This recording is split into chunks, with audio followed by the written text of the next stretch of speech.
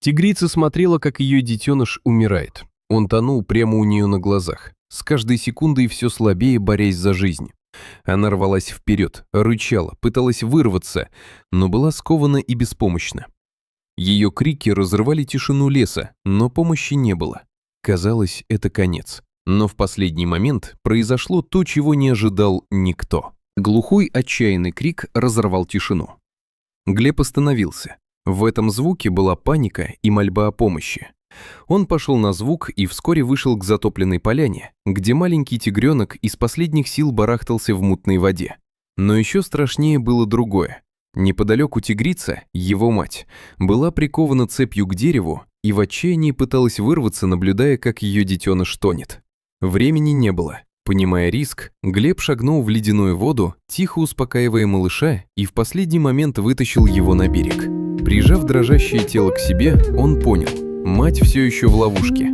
Ее взгляд не отрывался от детеныша. В нем смешались страх, боль и бессилие. И вдруг хруст веток. Вернулись браконьеры. Двое мужчин с ружьями спокойно обсуждали, сколько стоит шкура тигрицы. Будто речь шла не о живом существе, а о добыче. Глеб спрятал тигренка в густых кустах и затаился, стараясь даже не дышать.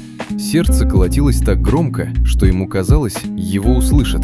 Дождавшись момента, он отвлек их шумом, бросив камень в сторону, схватил инструмент и, когда они вернулись, вышел прямо к ним. «Уходите, сейчас же!» Они усмехнулись, уверенные в своем превосходстве. Но Глеб не отступил. Рейнджеры уже рядом. «Хотите рискнуть?» Короткая пауза растянулась в вечность. Взгляды, напряжение, нерешительность. И, наконец, браконьеры отступили, не желая проверять его слова. Когда лес снова стих, Глеб почувствовал, как напряжение медленно отпускает. Он подошел к тигрице и осторожно освободил ее из цепи. Металл с глухим звоном упал на землю. На мгновение все замерло. Затем она сорвалась с места и кинулась к своему детенышу. Тот, едва держась на лапах, побежал ей навстречу. Их тихое воссоединение, прикосновение, приглушенные звуки было сильнее любых слов. Глеб стоял в стороне, не вмешиваясь, понимая, что стал свидетелем чего-то по-настоящему важного. Казалось, на этом все закончилось, и эта история растворится в памяти леса. Но прошло несколько месяцев, и однажды, во время очередного обхода, Глеб снова заметил следы присутствия браконьеров. Он осторожно приблизился, но случайный звук выдал его. На этот раз ему не повезло. Его поймали, связали и, затащив глубже в лес, собирались избавиться от него. Их голоса были холодными и уверенными. И в тот момент, когда казалось, что выхода нет, лес снова ответил.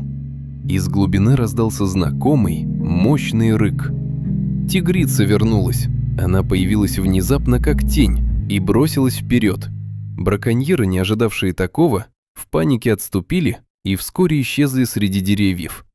Все произошло за считанные секунды. Тигрица подошла к Глебу, внимательно посмотрела на него и, поняв ситуацию, помогла разорвать веревки.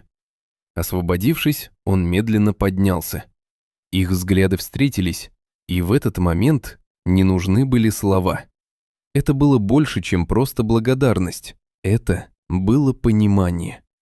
Тигрица еще мгновение стояла неподвижно, затем развернулась и исчезла в лесу, так же тихо, как и появилась.